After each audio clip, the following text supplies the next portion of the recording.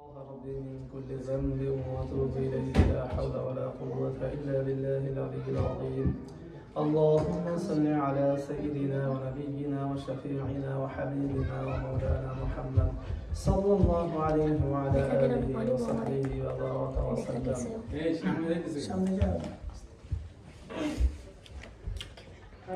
أما بعد فأعوذ بالله من الشيطان الرجيم. بسم الله الرحمن الرحيم.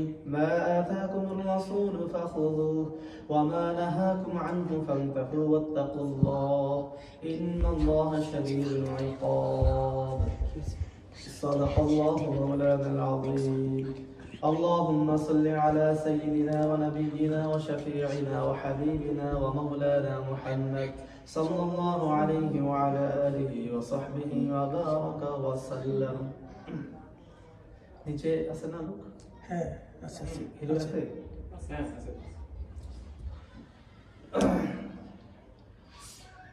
আলহামদুলিল্লাহ, সকল প্রশংসা আল্লাহ পাক রব্বুল আলামিনের জন্য জ্ঞাপন করছি, যিনি আমাদেরকে আল্লাহ পাক রব্বুল আলামিন পবিত্র এশার নামাজ জামাতের সাথে আদায় করার পর আল্লাহ পাক রব্বুল আলামিনের ঘরে বসে আল্লাহ তাআলার হাবিব আল্লাহ তাআলার রাসূল হযরত মুহাম্মদ রাসূলুল্লাহ সাল্লাল্লাহু আলাইহি ওয়াসাল্লামের ঘরে বসে নামাজের পর হাবিবের সিরাত মাহফিল, আল্লাহর হাবিব মুহাম্মদ রাসূলুল্লাহ সাল্লাল্লাহু আলাইহি ওয়াসাল্লামের জীবন বৃত্তান্ত শোনার তৌফিক দান করেছেন। আমরা ধারাবাহিক জীবন বৃত্তান্ত নবীজির সিরাত মাহফিল আমরা হযরত নবী করিম সাল্লাল্লাহু আলাইহি ওয়াসাল্লামের জন্মদিন পর্যন্ত কিভাবে জন্ম হয়েছেন সে পর্যন্ত আমরা আলোচনা করেছি গত সপ্তাহে। আজকে ইনশাআল্লাহ হযরত নবী করিম সাল্লাল্লাহু আলাইহি ওয়াসাল্লামকে কে দুধ পান করিয়েছিলেন এর ব্যাপারে আজকে ইনশাআল্লাহ আমরা আলোচনা করব। জি, তো আমাদের আলোচনায় আজকে রয়েছে যে হযরত নবী করিম সাল্লাল্লাহু আলাইহি ওয়াসাল্লাম আমরা সকলেই জানি সোমবার দিন জন্মগ্রহণ করেছেন, না? সোমবার দিন জন্মগ্রহণ করেছেন নবীজি সাল্লাল্লাহু আলাইহি ওয়াসাল্লাম। তো এখন এই সোমবার দিন জন্মগ্রহণ করেছেন এবং সোমবার দিন অনেক কিছু ঘটেছে, না? নবীজি করেছেন হিজরত করেছেন সোমবার দিন, তিনি মৃত্যুবরণ করেছেন সোমবার দিন, এটা আমরা আলোচনা করেছি আলহামদুলিল্লাহ। তো আজকে ইনশাআল্লাহ আমরা কে দুধ পান করেছিলেন সে ব্যাপারে আলোচনা করব। তো হযরত নবী করিম সাল্লাল্লাহু আলাইহি ওয়াসাল্লাম এর জন্মের পর তার মা আমিনা তাকে দুধ পান করান, সর্বপ্রথম। তো হযরত আমিনার পর আমিনা দুধ পান করার পর আবু লাহাব এর দাসী ছিল একজন, আবু লাহাবের দাসী, হ্যাঁ সুয়াইদ, তার নাম আবু লাহাবের দাসী সুয়াইদ, হ্যাঁ সে তাকে দুধ পান করান। আবু লাহাবের দাসী সুয়াইদ তাকে দুধ পান করান। আবু লাহাবের দাসী সুয়াইবের নামটা কিন্তু বিভিন্ন ইয়েতে নাই, আমাদের মতে নাই।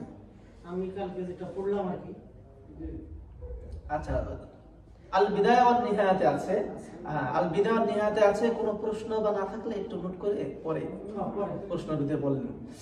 জি, তো আল বিদায়া ওয়ান নিহায়াতে রয়েছে এবং আর রাহিকুল মাখতুম এই দুটো কিতাবে আছে যে সুয়াইব, হযরত সুয়াইব, হ্যাঁ তিনি রাদিয়াল্লাহু তাআলা আনহা তিনি নবীজিকে আমিনার পর দুধ পান করান। তারপর তো ঘটনা এই হলো যে আবু লাহাব তাকে মৃত্যুর পর স্বপ্নে দেখেন। হযরত আব্বাস রাদিয়াল্লাহু তাআলা আনহু তাকে স্বপ্নে দেখেন যে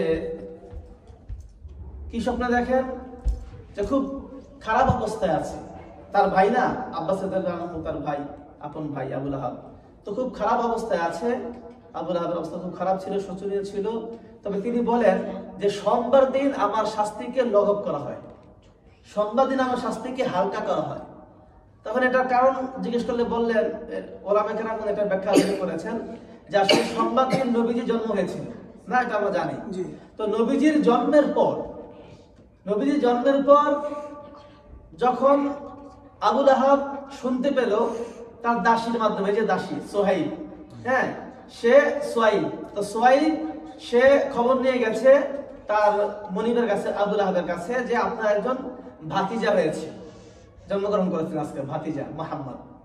তখন এই সুসংবাদ শুনে সে খুশিতে তখন তার এই বাদীকে সোয়াইবকে মুক্ত করে দিয়েছেন, আজাদ করে দিয়েছেন। এটা ছিল সংবাদ দিন। এই জন্য তার এটা তো প্রশংসনীয়, নবীজি জন্মের কারণে, সুসংবাদের কারণে সে তার বাদীকে আজাদ করে দিল। বড় একটা কাজ করলো না, মহৎ কাজ। এই জন্য আল্লাহ পাক রব্বুল আলামিন সোমবার দিন তার কি করেন, তার আযাবকে লাঘব করেন, সহজ করে দেন সোমবার দিন না। এই হলো ঘটনা। তো যাই হোক, তো এই হযরত আব্বাস রাদিয়াল্লাহু তাআলা স্বপ্ন দেখেন এবং তিনি এই ঘটনা বলেন। তো এই যে আবু লাহাবের বাদী সুয়াইব, সে আমিনার পর দুধ পান করান নবীজিকে, দ্বিতীয় না মহিলা, যিনি দুধ পান করান। এবং তৃতীয় আরেকজন রয়েছেন, তিনি কে? হালিমা সাদিয়া। হালিমা সাদিয়া, তিনি তাকে দুধ পান করান তৃতীয় পর্যায়ে। কি দুধ পান করান, কিভাবে? হালিমা সাদিয়া নিজেই বলেন, ঘটনা বৃত্তান্ত করেন। তিনি বলেন যে আমরা এই প্রায় 10 জন মহিলা, আমাদের আরবদের রীতিনীতি ছিল যে তারা কি করেন, তারা বাচ্চাদেরকে অন্য এলাকায়, গ্রামের দিকে তারা পাঠিয়ে দেন দুধ পান করানোর জন্য, যাতে স্বাস্থ্য সুন্দর হয়, ভালো হয়, এবং তার হৃষ্টপুষ্ট হয়, মজবুত হয়। আবহাওয়ার, গ্রামের আবহাওয়া সুন্দর না, পরিচ্ছন্ন এতে, এবং তিনি যেন শুদ্ধ আরবি শিখেন, কারণ গ্রামে বিশুদ্ধ আরবি ছিল। এজন্য বিশুদ্ধ আরবি শেখার জন্য এবং দুধ পান করার জন্য কি করেন, তাদেরকে পাঠিয়ে দেন কোথায়, গ্রামের দিকে। এটা ছিল আগে দাত্রী হিসেবে। তো এমনি ভাবে আমিনা বলেন যে হালিমা বলেন, আমরা 10 জন মহিলা আমাদের এলাকা থেকে রওনা হয়ে কোথায় আসলাম, মক্কায় আসলাম বাচ্চা নেওয়ার জন্য। তো 10 জন মহিলা আসার সময় আমাদের 10 জনের কি ছিল, গাদি ছিল, গাধার উপর চড়ে আমরা আসতেছিলাম। তো হালিমা বলেন যে আমরা যে গাধাটির উপর চড়েছি সেটা খুব দুর্বল ছিল, কারণ আমাদের তখন ছিল কি, একটি দুর্ভিক্ষ সময়, দুর্ভিক্ষ চলতেছিল, অভাব অনটন চলতেছিল আমাদের, বিশেষ করে আমাদের এলাকায় দুর্ভিক্ষ চলতেছিল। তো যখন আমাদের খানা পিনা কিছুই চলতেছিল না, আমরা ক্ষুধার্ত ছিলাম, গরিব ছিলাম। তো আমরা অনেক গরিব ছিলাম। তো আমাদের একটি উটনি, এই গাধি ছিল, মহিলা গাধি এটা ছিল, সে খুব দুর্বল হয়ে পড়েছে। এবং একটি উটনিও ছিল আমাদের, যে উটনি থেকে আমরা দুধ দহন করে পান করতাম, জীবিকা নির্বাহ করতাম, সে উটনিও ছিল। তো উটনিটিও দুর্বল হয়ে গেছে, দুধ দিচ্ছে না, আমরা খেতে পারতেছি না। তো যাই হোক, সেই দুর্বল উটনি এবং গাধীর পিঠে চড়ে আমরা হাঁটতেছিলাম 10 জন বান্ধবীর সাথে, 10 জন মহিলার সাথে। তো দেখা যায় তারা আমাদের আগে আগে দৌড়াচ্ছে, আমরা পিছিয়ে পড়ে যাচ্ছি। হালিমা বলে, কারণ আমাদের গাধীটা ছিল দুর্বল, এই জন্য আমরা পিছিয়ে পড়ে যাচ্ছি। তো যাই হোক, এক পর্যায়ে আমরা আস্তে আস্তে মক্কায় পৌঁছলাম। মক্কায় পৌঁছানোর পর আমরা সবাই সন্তান তালাশ করতে লাগলাম না। তো একটা জায়গায় তারা উপনীত হয়, সবাই আসে ইয়ার মতো। তো দেখা যায় যে মুহাম্মদ সাল্লাল্লাহু আলাইহি ওয়াসাল্লামকে কেউ নিতে যাচ্ছে না। কারণ কি? কারণ সে এতিম ছিল, তার বাপ তো আব্দুল্লাহ মারা গেছে তার পেটের ভিতরে থাকা অবস্থায় 6 মাস বয়স। তো এতিম ছিলেন তিনি, এই জন্য যখনই শোনে এই বাচ্চাটা এতিম, তখন আর কেউ নেয় না। এই বলেন যে আমিও নিচ্ছিলাম না। হালিমা বলে যে আমাদের মধ্যে 10 জন ছিল, এরাও তো নেয়নি, আমিও মোহাম্মদকে নেওয়ার জন্য আগ্রহী ছিলাম না। যে আর এতিম বাচ্চা, আমাদেরকে বাচ্চা দিলে বাচ্চার বাবা আমাদের একটু হাদিয়া টেদিয়া দিবে না, বকশিস দিবে, খাবার টাবার বাড়ায় দিবে, যে আমার সন্তানদেরকে ভালো করে যেন দেখো। এর বাপই নেই, তাহলে আর মা আমাদের কি দিবে, আবার গরিব সন্তান, আমরা নিচ্ছিলাম না। দেখা যায় অন্যান্য মহিলারা বাকি সবাই সন্তান পেয়ে গেছে, ভালো ভালো সন্তান তারা পেয়ে গেছে, বাচ্চা পেয়ে গেছে দুধ পান করানোর জন্য। কিন্তু আমিও গরিব ছিলাম, এজন্য আমিও দেখা যায় আমাকেও গরিব দেখে অন্য কেউ বাচ্চা দিচ্ছিল না, বাচ্চা দিতেছে না আমাকে। তখন আমরা কি করবো, অবশেষে না পেয়ে, যেহেতু কোনো বাচ্চা পাইনি, এই জন্য আমরা মুহাম্মদকে নেওয়ার জন্য আগ্রহী হলাম, যে ঠিক আছে চলো আমরা মুহাম্মদকে নিয়ে নিই, কারণ বাচ্চা না নিয়ে ফিরে যাবো এটা আমার জন্য লজ্জাজনক, এত কষ্ট করে এসেছি। তখন স্বামীকে বললো যে চলো, স্বামী হচ্ছে হারেস, স্বামীর নাম হারেস ইবনে উজ্জা, তার স্বামীকে বললো যে হারেস চলো আমরা এই শিশুটিকে নিয়ে নিই। তখন বললো যে ঠিক আছে চলো আমরা একে নিয়ে নিই। তখন তিনি তাকেই নিয়ে নিলেন না, হারেসকে নিয়ে নিলেন তারা। তো নেওয়ার পর তখন হালিমা বলেন যে বাচ্চাটিকে নেওয়ার পর সাথে সাথেই দেখা যায় বাচ্চাটাকে যখন কোলে নিলাম, সাথে সাথে আমার স্তনে দুধ এসে গেল। সুবহানাল্লাহ, সাথে সাথে দেরি নেই। মুহাম্মদকে যখন আমি কোলে নিলাম, সাথে সাথে আমার স্তন দুধ ভরে গেল। এবং পাশাপাশি আমার তো স্তন দুধ ভরলোই, সেটা মুহাম্মদ শিশু বাচ্চা সেও খেলো, এবং আমার একটি সন্তান ছিল শিশু বাচ্চা, সেও দুধ পান করলো। পেট ভরে তারা দুধ পান করে ঘুমিয়ে পড়লো। এবং আমার স্বামী ওই উটনি, দুর্বল উটনির কাছে গেল, যাওয়ার পর দেখা যায় উটনিটিও দুধে ভরা, ওলান ভরে আছে দুধে। তখন তার স্বামী হারেস দুধ দোহন করে বলল, হালিমা বলতেছেন যে আমি আমার স্বামী দুজনই তৃপ্তি সহকারে দুধ পান করলাম, পেট ভরে দুধ পান করলাম। এর আগের রাত্রিতে আমাদের ঘুম আসেনি, এর আগের রাত্রিতে আমাদের কি আসেনি, আমাদের ঘুম আসেনি, যেহেতু আমরা দুধ খাইতে পাইনি, উঠে দুধ ছিল না উটনির, এই জন্য আমাদের ঘুম সারা, বাচ্চারা দুধ নাই, বাচ্চা কান্নাকাটি করেছে, আমাদের ঘুম আসেনি। কিন্তু আজকের রাতে আমরা, বাচ্চাও আরামে ঘুমাইছে, আমরাও আরামে ঘুমাইলাম, ওখানে মক্কাতে ঘুমাইছি। ঘুমানোর পর সকালে আমরা রওনা হব আমাদের নিজ নিজ বাড়ির উদ্দেশ্যে।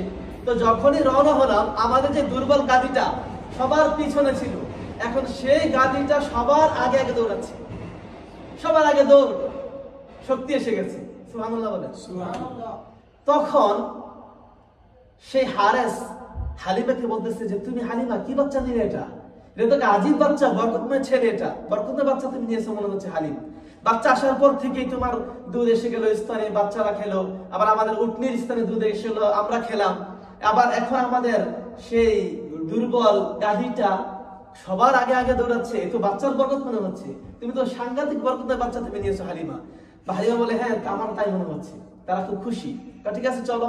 যাই হোক, তারা সবার আগে আগে চলতে লাগলো। তখন অন্য অন্য বান্ধবীরা, যে 10 জন মহিলা তাদের সাথে ছিল, মক্কায় গিয়েছিল, তারা বলতেছে হালিমা কি করতেছো, তুমি সবার আগে চলে যাচ্ছ, একটু দাঁড়াও, ঘটনা কি, তোমার কি এই গাড়িটা সেই গাড়িটা যেটা তোমরা আসছিলা? বলো যে হ্যাঁ এটাই তো আমাদের সেই গাড়ি। ব্যাপারটা কি, এরকম কিভাবে এত গাড়িটা জোর, তার শক্তি এসে গেল, সে আগে আগে দৌড়াচ্ছে? তখন বললো যে আমরা তো বলতে পারি না কিভাবে এটা হলো। যাই হোক, তারা এক পর্যায়ে তাদের এলাকায় পৌঁছেছে। পৌঁছানোর পর তারা খুব শান্তিতে এবং খুব সুখ শান্তিতে আরামে বরকতের সাথে তারা দিনাতিপাত করতে লাগলো, জীবনযাপন করতেছে। তো যাই হোক, এক পর্যায়ে তাদের যেই বকরিগুলো ছিল, বকরি দিয়ে যে রাখাল পাঠাতো, তো রাখাল যখন তাদের বকরিগুলো নিয়ে যেত চড়াতে মরুভূমিতে, তখন চারণ ভূমি থেকে তাদের বকরিগুলো, হালিমার বকরিগুলো একেবারে পেট ভরে, তারপর দুধ ভর্তি করে তারা বাড়িতে ফিরে আসতো। বাকি আশেপাশে অন্যান্য লোকদের বকরিগুলো না খেয়ে ক্ষুধার্ত অবস্থায় দুধহীন তারা বাড়িতে ফিরত। তখন সেই মালিকগুলো রাগ হয়ে রাখালদেরকে বলতো, এই তোমরা কোথায় এই বকরিগুলো চড়াচ্ছ? যেখানে হালিমা সাদিয়া যেখানে তাদের বকরিগুলো চড়ায়, সেই চারণ ভূমিতে তোমাদের বকরিগুলো চড়াও, এটা করো, তাহলে লাভ হবে, তোমাদের লাভবান হইবা, তাহলে ওরাও কি পেট ভরে খেয়ে আসতে পারবে। ঠিক তাই, বাস আগামীকাল যেই কথা সেই কাজ। কি করলো? হালিমা সাদিয়ার রাখাল যেখানে তার বকরিগুলো চড়ায়, ঠিক সেইখানে অন্যান্য মালিকের রাখালগুলো তাদের বকরিগুলো নিয়ে গেল। তো একসাথেই তারা সারাদিন ঠিকই থাকলো, কিন্তু দিন শেষে হালিমার বকরিগুলো পেট ভরে ফিরছে আগের মতোই, আর তাদের বকরিগুলো সেই না খেয়ে, কারণ খাবার তো নেই, খাবার তো খাওয়াচ্ছে আল্লাহ পাক রব্বুল আলামিন, নবীজির বরকতে, মুহাম্মদ সাল্লাল্লাহু আলাইহি ওয়াসাল্লামের বরকতে না, এদেরকে খাবার আল্লাহ পাক দিয়ে দেন, হ্যাঁ, গায়বী ভাবে। কিন্তু এদের তো আসলে খাবার নেই, মরুভূমি এলাকা, না খেয়ে ফিরতো।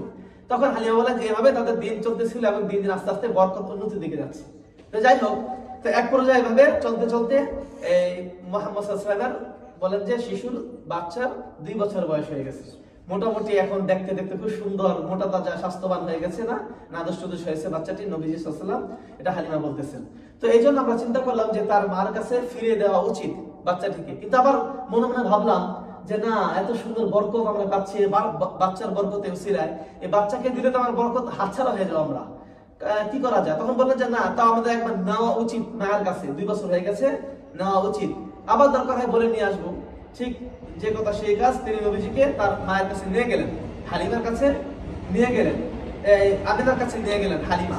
নেওয়ার পর তখন বললেন যে আপনার সন্তান মাশাআল্লাহ খুবই বরকতময় সন্তান, বরকতময় বাচ্চা, আমরা আপনার এই বাচ্চার মাধ্যমে বহুত বরকত আমরা লাভ করেছি, আমরা পেয়েছি অনেক বরকত, আমাদের এখন কোনো অভাব নেই আপনার এই বাচ্চার আলহামদুলিল্লাহ বদৌলতে। এই জন্য আমরা চাচ্ছি যে আপনার বাচ্চাটি আমাদেরকে আবার দেন, আমরা আরো কিছুদিন, কয়েক বছর রাখতে চাই আমাদের কাছে, তার বরকত আমরা নিতে চাই। কারণ মক্কার অবস্থা বেশি ভালো না, মনে হয় মহামারী সংঘটিত হবে, মনে হয় মহামারী দেখা দিবে, হ্যাঁ, অচিরেই মক্কাতে। তাই আমি চাচ্ছি কি, আমি চাচ্ছি যে আপনার বাচ্চাটি আমাদের সাথে দিয়ে দেন, আমরা বাচ্চাটিকে নিয়ে যাই আমাদের সাথে, আরো 2 বছর থাক, বরকত নেওয়ার পর তারপর আবার সে কি করবে, আপনার কাছে দিয়ে যাব। তখন আমিনা বললেন যে, চিন্তা ভাবনা করে দেখলেন যে হ্যাঁ ঠিকই তো, যেহেতু তারা নিতে চাচ্ছে, আবার বরকত লাভ করতেছে, বলতেছে আচ্ছা দিয়ে দিই। বলেন ঠিক আছে যাও, তাহলে তোমরা তাকে নিয়ে যাও আর তোমাদের কাছে রাখো। তখন আমিনা রাজি হয়ে গেলেন এবং বাচ্চাটিকে তাদের সাথে দিয়ে দিলেন, বাচ্চাটিকে না, তারা তখন বাচ্চাটিকে নিয়ে গেল। এইভাবে আর কি এই কথাবার্তা হলো। তখন বাচ্চা নিয়ে বাস হালিমা আবার চলে গেলেন। এই আজকে এইটুকু ইনশাল্লাহ। আবার আগামী সপ্তাহে নবীজির বুক ফাটবে মরুভূমিতে শোয়া না, এই ঘটনা ইনশাল্লাহ আগামী সপ্তাহে আমাদের শুরু হবে, যে কিভাবে নবীজির বুক ফেটেছিল, সিনা চাক করেছিল জিবরাইল আলাইহিস সালাম আয়েশা বাচ্চা অবস্থায়। এটা আমরা আগামী সপ্তাহে ইনশাল্লাহ আলোচনা করব। আজকে এইটুকু। আল্লাহ পাক রব্বুল আলামিন আমাদের সবাইকে নবীজির আখলাক এবং এই সিরাতের ইলম আল্লাহ পাক আমাদের সবাইকে দান করেন এবং আমল করার তৌফিক দান করেন। আমিন। সুবহানাল্লাহি ওয়া বিহামদিহি।